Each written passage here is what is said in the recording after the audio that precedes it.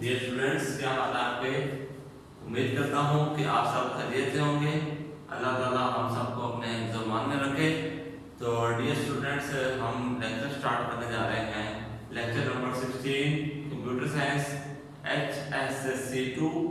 और जो हमारा आज का टॉपिक है वो है कांस्टेंट क्वालिफायर। तो लास्ट टाइम हमने जो डिस्कस किया था टॉपिक वो था कांस्टेंट एंड वेरिएबल। कांस्टेंट हमारे पास वो होता है जिसकी हमारे पूरे प्रोग्राम के अंदर, पूरे C++ के प्रोग्राम के अंदर जो वैल्यू उसको साइन कर देते हैं वो वैल्यू चेंज नहीं होती। क्या कहलाता है? हमारे पास कांस्टेंट कहलाता है।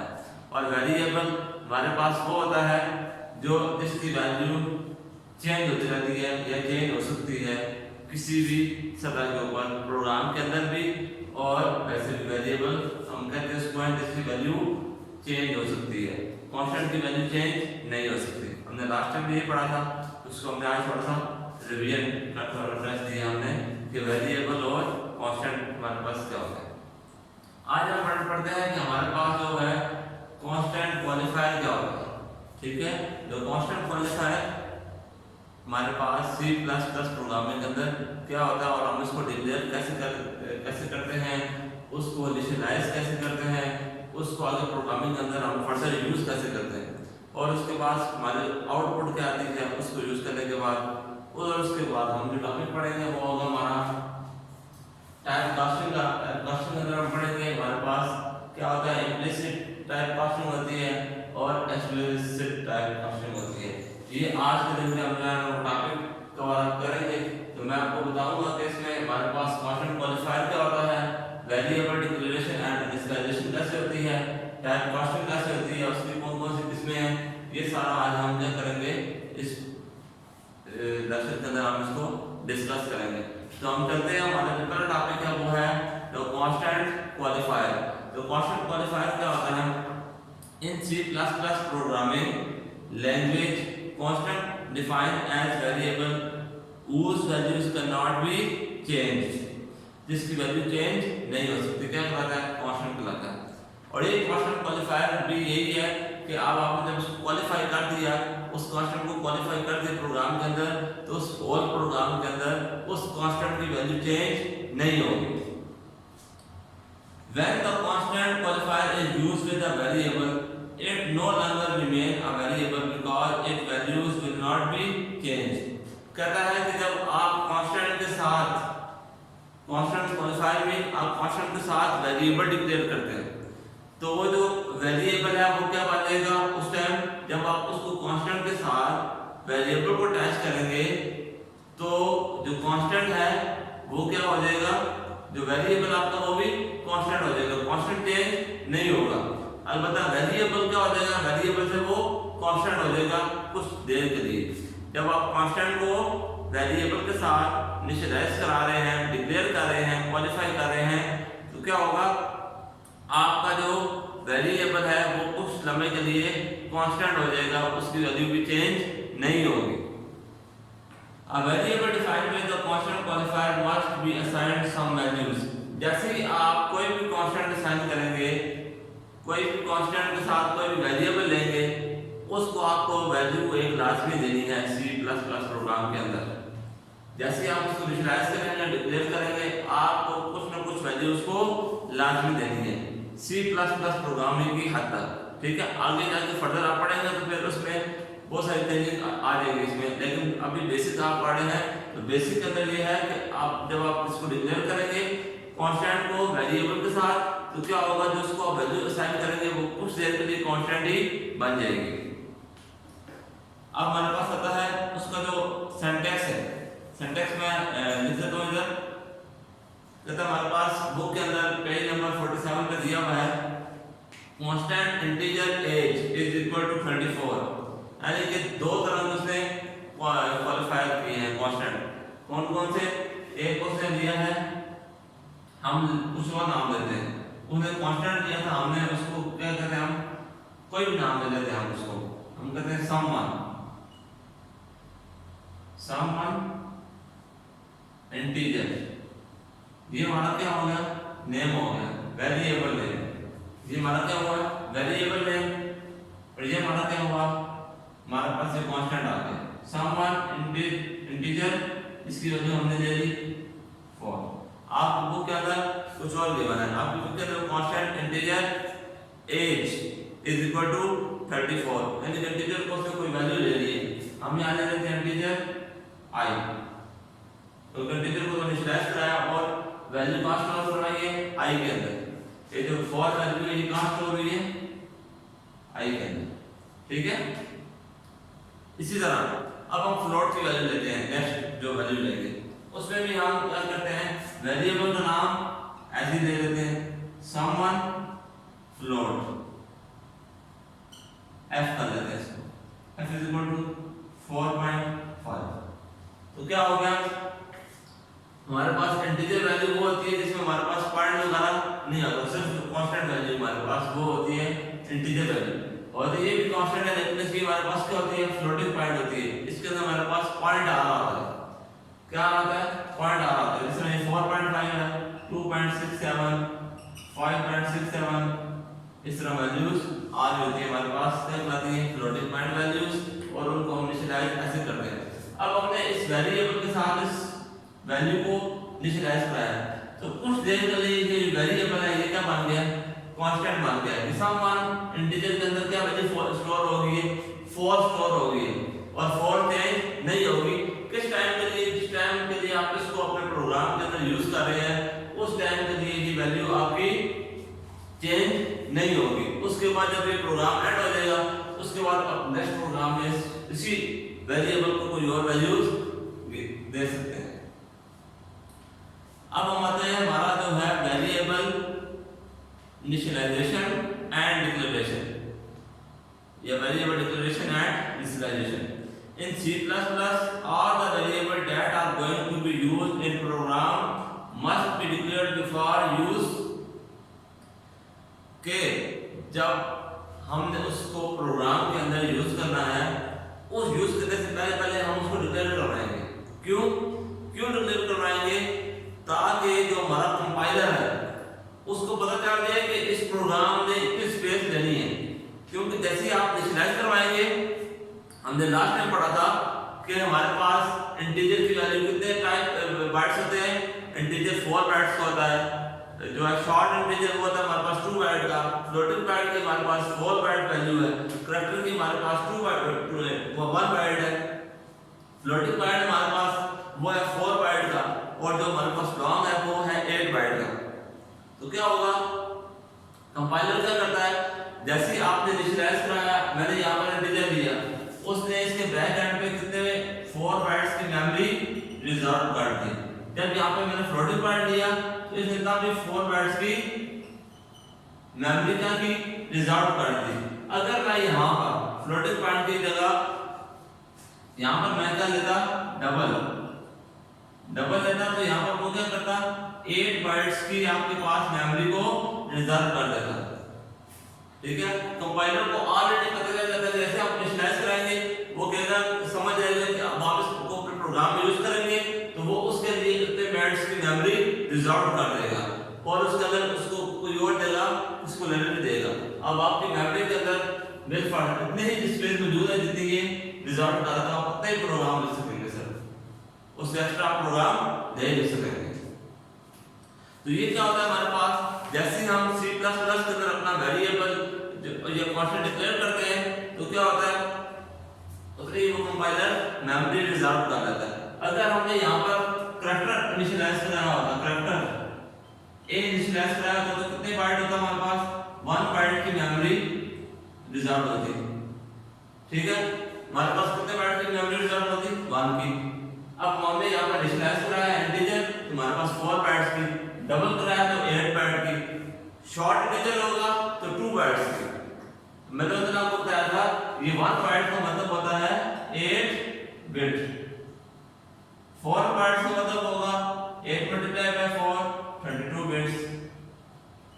ठीक है, तो ये इतने बिट्स की वैल्यू ये रिजर्व करेगा, ये रिजर्व करेगा कि आपके प्रोग्राम या उसको बता देंगे कि हमारे पास ये मेमोरी रिजर्व हो गई है, अब हम इसको जब चाहे अपने प्रोग्राम के अंदर जितनी बार चाहे यूज करेंगे। यदि एक दफा हमने इसको यूज किया तो खत्म। फिर आपने जब ये रिजल्ट डाली आप उसको 2 दफा यूज करें प्रोग्राम के अंदर, 3 दफा यूज करें। नेस्टेड आप आगे पढ़ेंगे नेस्टेड सिस्टम C++ के अंदर, और उसके अंदर आपकी वैल्यू 1 टाइम से ज्यादा बार यूज हो रही होगी, 2 टाइम 3 टाइम यूज हो रही होगी। तो क्या होगा, आपने इनिशियलाइज करवाई 1 टाइम और वो यूज हुई 3 से 4 टाइम। तो ये क्या इसका फायदा हुआ कि हमें स्टार्ट इनिशियलाइज कराने का, कि हमें बार-बार इनिशियलाइज भी नहीं करवानी पड़ेगी, वही वैल्यू वहां से फेच होकर आती रहेगी और हमारा सिस्टम चलता रहेगा। ठीक है, इसके अंदर मैंने अपने चीज डिस्कस कर दिया आपके साथ कि हम इंटीजर लेंगे तो कितने बाइट्स रिजल्ट करेगा, कैरेक्टर लेंगे तो कितने बाइट्स रिजल्ट करेगा, और जब हम फ्लोटिंग पॉइंट वैल्यू लेंगे तो कितने बाइट्स रिजल्ट करेगा। तो ये था हमारा वेरिएबल डिक्लेरेशन। अब जब हम उसको डिक्लेयर कर देते हैं, स्टार्ट हमने इसको क्या किया, डिक्लेयर कर दिया, तो क्या होगा, सिस्टम डिक्लेयर होने के बाद हमने जब इसको डिक्लेयर कर दिया, अब हमने इसको इनिशियलाइज कराना। स्टार्ट में मैं लेता हूं, मैंने ले लिया इंटीजर i, ठीक है, ये मैंने क्या किया, डिक्लेयर कर दिया कि हमारे पास इंटीजर जो है वो i है। इनिशियलाइज कराने का मतलब ये कि मैं इसके अंदर कोई वैल्यू स्टोर कर देता हूं। 5 मैंने किसमें स्टोर कर दिया, i के अंदर, यानी कि हमारे पास इंटीजर की वैल्यू कितनी आ गई, 5। ये हमारे पास ये जो प्रोसेस हुआ है ये कहलाता है इनिशियलाइजेशन। अब आपने किसी भी वेरिएबल को कोई वैल्यू असाइन कर दी है तो ये क्या है, इनिशियलाइजेशन है। डिक्लेरेशन क्या था, आपने एंड के अंदर i लिखा, डिक्लेयर हो गया, उसके अंदर कोई वैल्यू स्टोर करवाई तो ये आपका क्या होगा, इनिशियलाइजेशन हो गया। इसी तरह मैं यहां पर लेता हूं फ्लोटिंग पॉइंट, फ्लोट f ले ली, इसके अंदर मैं वैल्यू स्टोर कर रहा हूं 2.67, तो ये हमारे पास क्या हो गया, इनिशियलाइज हो गया। ठीक है, यहां पर मैं लेता हूं कैरेक्टर डाटा भी a ली, उसको अंदर हमने क्या स्टोर करा दिया 5, या कैरेक्टर के अंदर हमने c स्टोर करवा दिया, तो क्या हुआ, a की वैल्यू क्या आ गई, c आ गई। तो ये हमारे पास कौन सा काम हुआ है, यहाँ पर इनिशियलाइजेशन हो गया हमारे पास। ठीक है, ये हमारे पास क्या हो गई, इनिशियलाइजेशन। अब हमने इस इनिशियलाइजेशन को अपने प्रोग्राम के अंदर यूज कैसे करना है, ये जो है हमारा अगला टॉपिक है कि हमने जब इनिशियलाइजेशन करवा दी है, अब हम इस इनिशियलाइजेशन को अपने प्रोग्राम के अंदर यूज करेंगे। उसके बाद आती है हमारे पास, जो हमारे पास आती है टाइप कास्टिंग, और उसके अंदर इम्प्लिसिट और एक्सप्लिसिट। टाइप कास्टिंग होती क्या है, पहले हम ये डिस्कस करते हैं। Type casting is used in C++ to convert one data type into another data type। ठीक है, convert data type into one to another data type is called type casting। Very important question for your paper point of view। ठीक है, हमने इसमें क्या पढ़ना है, हमने किसी भी एक डाटा टाइप को दूसरी डाटा टाइप में कन्वर्ट करना है। लाइक मैंने इंटीजर से फ्लोट में जाना है, फ्लोट से इंटीजर में आना है, ये हमारे पास क्या है, कन्वर्सेशन है। जिस तरह आप पढ़ते हैं कि आप सेंटीमीटर से मीटर में जा रहे हैं, मीटर से सेंटीमीटर में आ रहे हैं, सेम उसी तरह ये भी वर्कआउट करती है कि हमने इंटीजर से फ्लोट में कैसे जाना है, फ्लोट से इंटीजर में कैसे आना है। तो हमारे पास इस तरह की 2 टाइप्स है, पहली है इम्प्लिसिट और दूसरी है एक्सप्लिसिट। इम्प्लिसिट कैसे काम करती है, इसको हम पॉइंट रीड करते हैं। Implicit data type automatically convert our data type into one into another. This is explained by the following example. हम एक एग्जांपल यहां पे करेंगे। ठीक है, हम सपोज करते हैं कि हमारे पास 2 क्या है, वेरिएबल है, 2 वेरिएबल है, और उन दोनों वेरिएबल की वैल्यूज क्या आती है। हमारे पास 2 वेरिएबल हमने ले लिए, एक ले लिया हमने 15 और एक ले लिया 6। अब हम इन दोनों डिवाइड करने के बाद देखते हैं कि हमारे पास क्या आंसर आता है। और जब हम अपनी डाटा टाइप को फॉर्म करते हैं तो हमारा आंसर फ्लोटिंग पॉइंट में आता है या इंटीजर पॉइंट में आता है। ठीक है, तो हम एक ले लेते हैं कि हमारे पास एक डाटा टाइप है p ले लेते हैं। p = 15/6। अब आपको ये दोनों क्या नजर आ रहा है? ये नजर आ रहा है दोनों कांस्टेंट वैल्यू है और दोनों इंटीजर वैल्यू। इंटीजर कांस्टेंट यानी कि इंटीजर वैल्यू वो होती है जिसमें पॉइंट ना आ रहा हो, तो ये कौन सी है? इंटीजर कांस्टेंट हमारे पास वैल्यूज है। क्या होगा हमारे पास ये होगा when this integer division is performed the result will also become an integer value 2। क्योंकि इंटीजर में मैंने आपको बताया कि हम जब परफॉर्म करेंगे तो कोई वैल्यू फ्लोटिंग पॉइंट में नहीं आएगी, रिमाइंडर तो आएगा ही नहीं। जब हम इसको ऐसे करेंगे तो ये क्या बनेगा? आपका ये 2 बन रहा है, 3 कहां गया? जो 3 बचना है,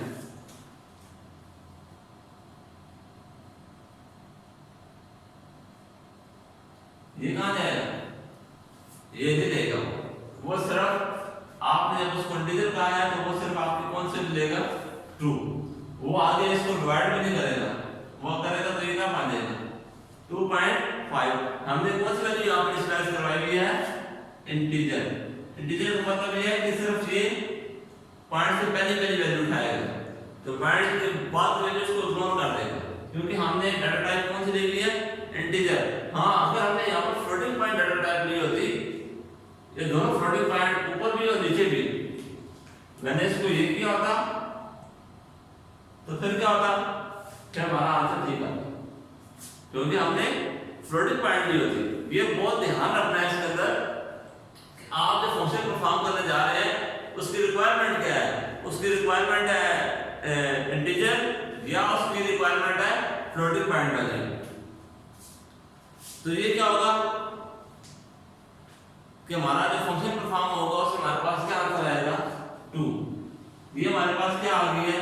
हमारे इम्प्लिसिट टाइप कांस्टेंट, जिसके अंदर हमारे पास एक डाटा टाइप इनिशियलाइज है तो वो अपने हिसाब से उसको करेंगे। ठीक है, अब हम दूसरे पढ़ते हैं एक्सप्लिसिट। उसमें हम इन दोनों में डिफरेंस क्या है? इन दोनों में डिफरेंस ये है, in explicit type casting a special operator. ये क्या है? एक्सप्लिसिट में क्या है? एक स्पेशल ऑपरेटर होता है जो खास तौर पर उसको कन्वर्ट करता है, जो खास तौर पर उसको कन्वर्ट करता है। In explicit data type casting, a special character is used to convert one data type into another. The general form of for conversion is type expression, कि आपने उसको किस टाइप से किस टाइप में लेके जाना है। हम यहाँ पर एक एग्जांपल देख लेते हैं इसकी explicit data type casting में। Suppose A and B are variable of type integer and q is type float। हम दो इंटीजर लेते हैं डाटा टाइप के, एक का नाम रखते हैं p और एक का नाम रखते हैं q। जो p है वो इंटीजर है और जो q है वो क्या है? फ्लोटिंग पॉइंट वैल्यू हमारे पास। ठीक है, एक का नाम हमने रख दिया p और एक का नाम रख दिया q। और उसके अंदर हम क्या करते हैं, हमारे पास जो टाइप है वो कौन सी है? Float type. अब क्या होगा? The integer value is 15 stored in A and 6 in B. The following division is performed। यानी कि मैंने आपको पहले समझाया जिस तरह, अब हमने एक डाटा टाइप ले लिया Q, उसको हमने दे दी A/B। A के अंदर हमने वैल्यू स्टोर कराई है 15 और B के अंदर स्टोर कराई है 6। ये हमारे पास कौन सी वैल्यू आ रही है? फ्लोटिंग पॉइंट वैल्यू आ रही है। ठीक है, हमने फ्लोट क्यों लिया तो एक की वैल्यू हमने क्या स्टोर कराई है? 15.0। आप 0 लगाए या ना लगाए, लेकिन आपका कंपाइलर क्या करेगा? इसको 0.0 लिखेगा, क्योंकि आपने यहाँ पर फ्लोटिंग पॉइंट वैल्यू उसको ले ली है। जैसे आप फ्लोटिंग पॉइंट लेंगे वो पॉइंट लाजमी लगाएगा, फिर चाहे आपको उसकी जरूरत है या नहीं है, लेकिन वो पॉइंट जरूर लगाएगा उसके साथ। आप उसको एंटर करेंगे 15 तो वो क्या लिखा जाएगा? 15.0। आप कैलकुलेटर में भी ऐसे फंक्शन परफॉर्म करते हैं, ऐसे ही होता है। आप पॉइंट की वैल्यू जब बढ़ा भी देते हैं तो फिर पॉइंट क्या होता है? ठीक है। तो क्या होगा, जब आप फ्लोटिंग पॉइंट वैल्यू लेंगे तो वो लाजमी ये लगाएगा 15.0 और 6.0।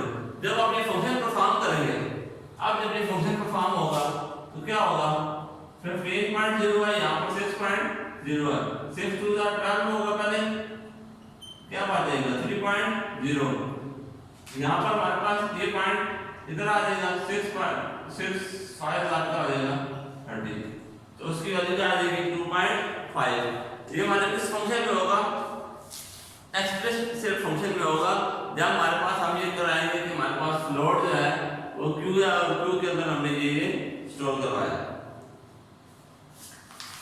अब कह रहा है कि इसको हम now first the value is store is when we converted to type float, then the division will be performed, the floating point math will be used and the correct result 2.5 will be produced which will be assigned to q।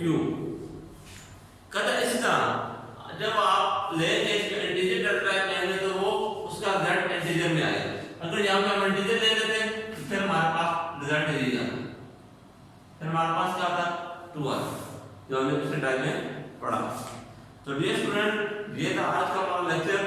Next lecture के अंदर हम पढ़ेंगे हमारे पास input output क्या आती है, IO stream का हम कहाँ यूज करते हैं, कैसे यूज करते हैं, उसका भी फंक्शन अब हमने आज डिस्कस किया है, तो बोलता था आगे हम उसको अब डिटेल डिस्कस करेंगे। तो इनपुट आउटपुट क्या होती है, उसको इनपुट के फंक्शन कहाँ परफॉर्म हो रहे हैं, उसके लिए क्या यूज होता है, उसकी आउटपुट कैसे लेते हैं, उसको यूजर कैसे इनपुट देता है और यूजर उससे कैसे आउटपुट लेता है, इनपुट का फंक्शन क्या है और आउटपुट का फंक्शन क्या है, ये हम नेक्स्ट लेक्चर के अंदर हम डिस्कस करेंगे कि हमारे पास सी स्टेटमेंट क्या होती है, सी आउट स्टेटमेंट क्या होती है। तो डियर स्टूडेंट्स, उम्मीद करता हूँ कि आपको लेक्चर समझ आ गया होगा। किसी भी किस्म के कोई भी क्वेश्चन हो तो आप उसे डिस्कस कर सकते हैं। Thank you.